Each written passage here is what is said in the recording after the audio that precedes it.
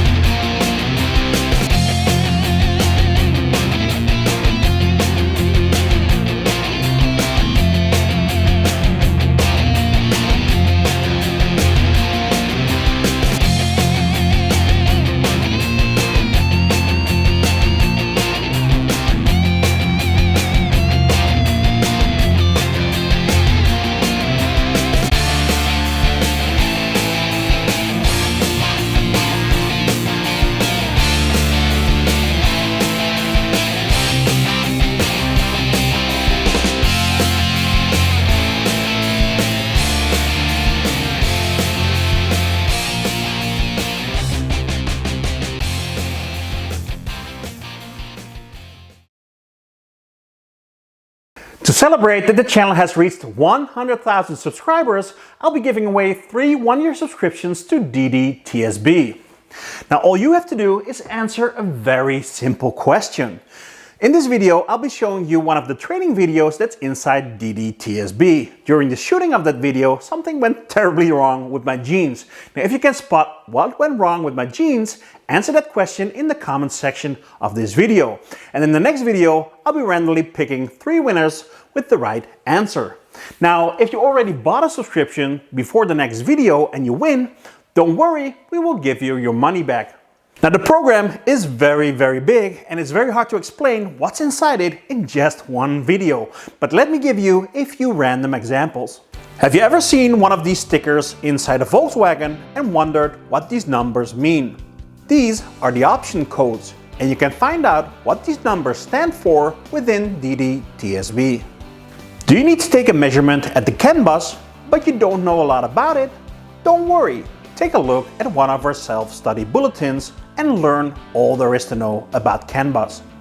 Have you got a strange electrical problem and you're having a hard time solving it? Don't worry.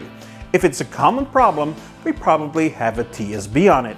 Select the car you're working on, enter the fault code or the symptom, and the program will show you what to look for, what to measure, how to measure, and what to expect.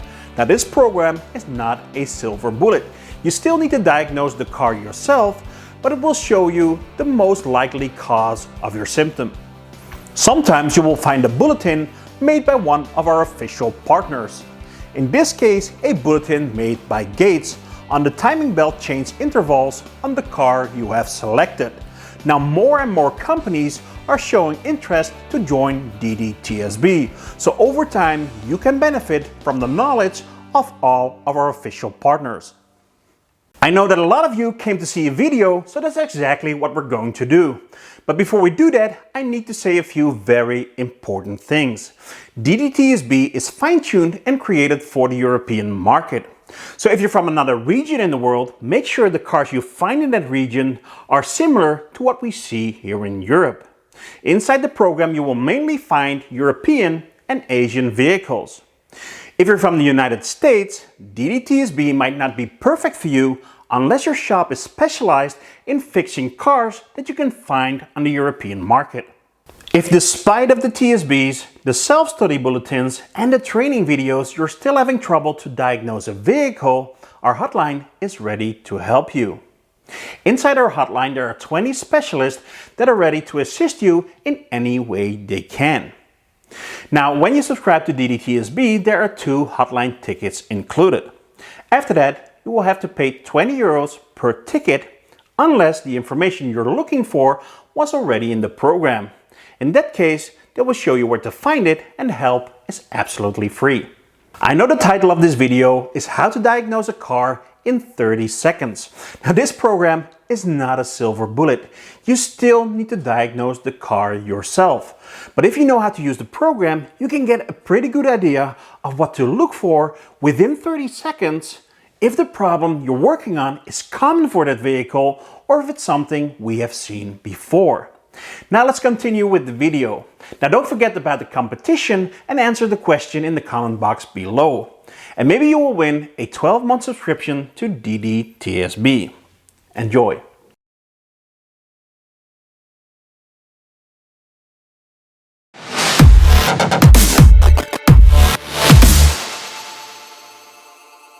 I'm Diagnosedan and welcome to this TPMS training video. TPMS, or Tire Pressure Monitoring System, warns the driver if one or more tires have lost too much pressure. Sometimes, especially when you have run flat tires, it's very hard to see with the naked eye whether a tire is low on pressure.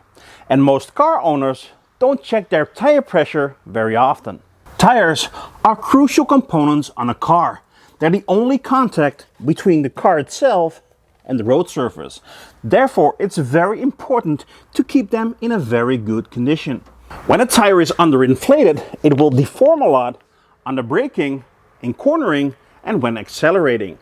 Now this results in poor car handling, and this can be dangerous, especially in an emergency situation. Keeping your tires at the right pressure will result in improved safety, longer tire life, better fuel economy, and less emissions. TPMS systems can be divided in two main groups: the direct or active systems and the indirect or passive systems. An indirect system doesn't measure the actual pressures, but it uses the ABS sensors to calculate whether a tire is low on pressure. When a tire is low on pressure, that wheel will rotate at a different speed than the other wheels.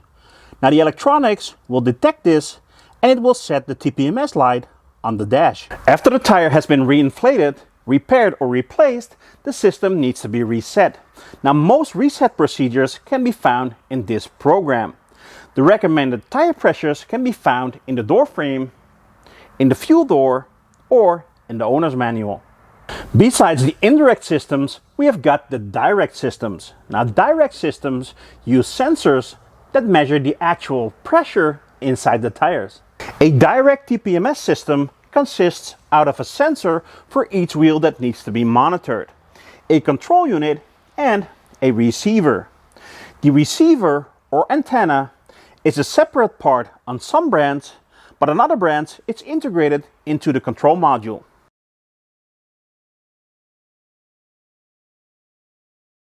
The sensor transmits data like tire pressure, temperature, acceleration, battery life, and sensor ID wirelessly to the receiver by a radio frequency.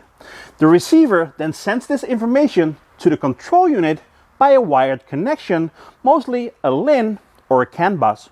Two frequencies are being used: 433 MHz for the European market and 315 MHz for the American market.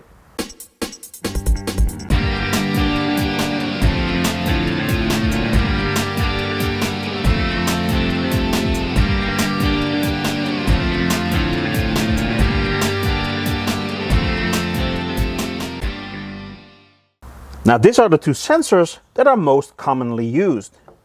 A clamp-in sensor that uses a metal valve stem and that can be clamped or screwed into the rim. And a snap-in sensor that uses a rubber valve stem and that can be snapped or pulled into the rim like a normal valve stem. It's easy to see if a car's got TPMS if it uses a clamp-in style sensor. It can easily be identified by looking at the valve stem. It's not so easy to identify when the car uses a snap-in style sensor, because from the outside it looks almost the same as a conventional valve stem. But there is a trick to see whether a wheel is equipped with a sensor. Gently tap against the valve stem and the sensor that's attached to the valve stem will gently knock against the inside of the rim, and this will make a distinctive sound.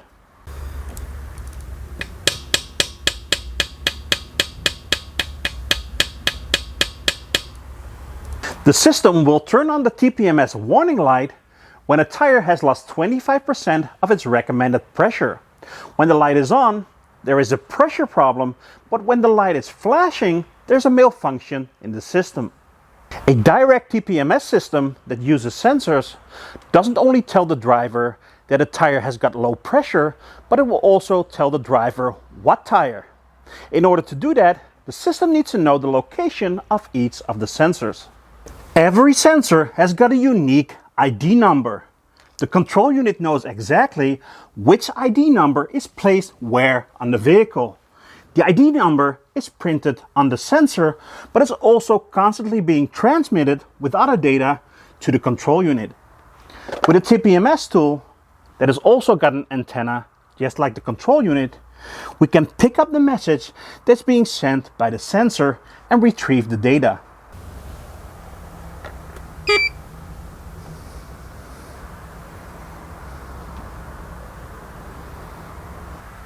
Let's take a closer look at the data we just retrieved from that sensor. We can see the sensor's identification number, the pressure. We can see this is a 433 MHz sensor, the temperature, battery life, and the acceleration data. The control unit knows that this unique number is installed at the left front of the vehicle. But what if we service the car? what if we rotate tires and switch the left front with the left rear? Then we've got to relearn the positions. The control unit needs to know that this number is no longer installed at the left front, but it's now installed at the left rear. There are 3 different methods to relearn a TPMS sensor. The method you need to use depends on the car you're working on. On some cars, the only way to relearn a sensor is by using a scan tool or a TPMS tool. In this case, you just need to follow the steps displayed on your tool to relearn the sensor.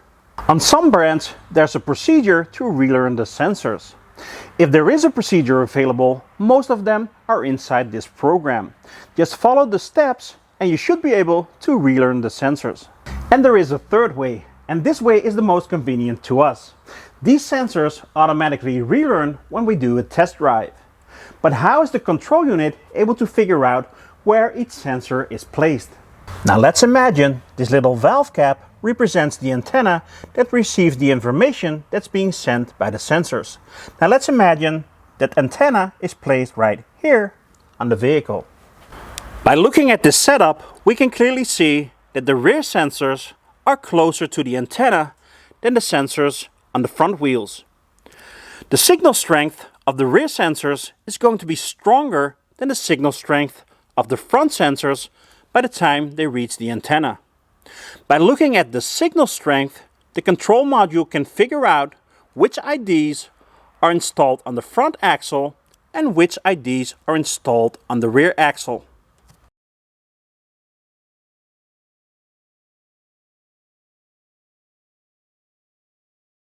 When a vehicle is cornering, the wheels on the outside of the corner accelerate slightly faster than the wheels on the inside of the corner. By comparing the acceleration data from the TPMS sensors to the wheel speeds provided by the ABS system, the control unit can now figure out which IDs are installed on the left side of the vehicle and which IDs are installed on the right side of the vehicle.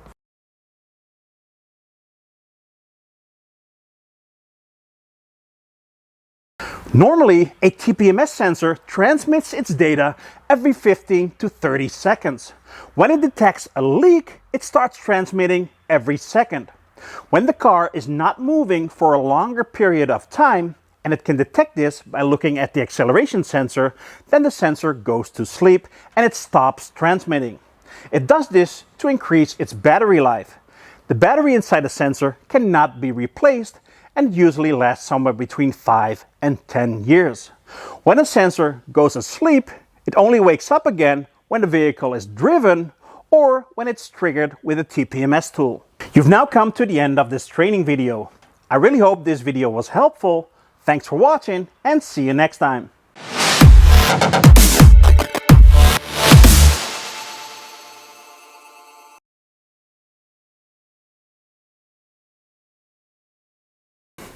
I know that a lot of you came to see a video, and that's exactly what we're going to do.